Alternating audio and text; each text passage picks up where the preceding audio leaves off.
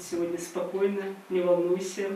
Вспомни, что ты изучала все эти 11 лет, шла к своей цели.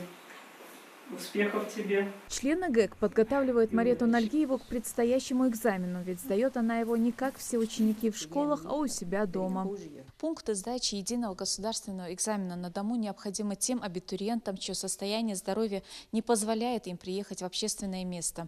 Условия сдачи ЕГЭ на дому не отличаются от общепринятых. Здесь организован строгий контроль и видеосъемка процесса. Для проведения ЕГЭ для участников экзамена с ограниченными возможностями здоровья могут быть организованы питание и перерывы для проведения необходимых медико-профилактических процедур. Следует еще отметить, что экзамен увеличивается на 1,5 часа.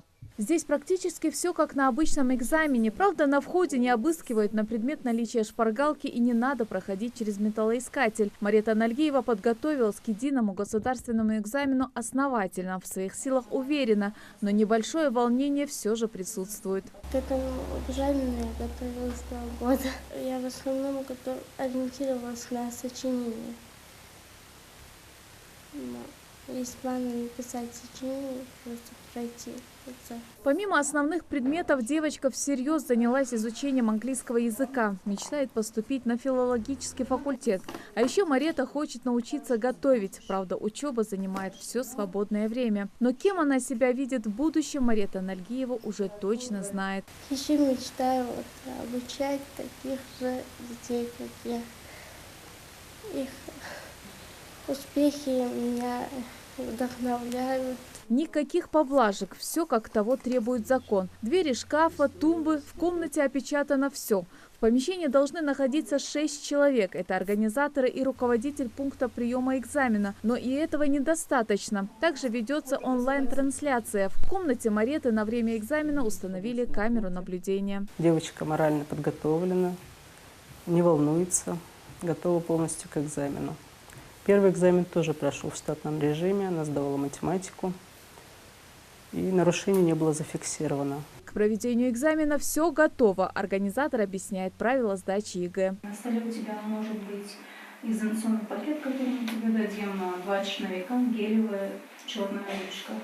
Также по мере необходимости ты можешь иметь продукты питания и лекарства. Если многие родители стоят за оградой в школах и ждут окончания экзамена, то мама Мареты стоит за дверью комнаты.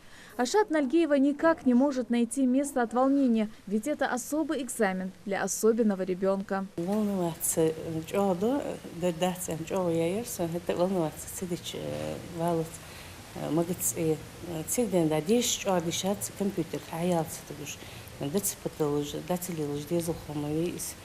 всячески троштрудя, троштмурчорно, осталдят орцен.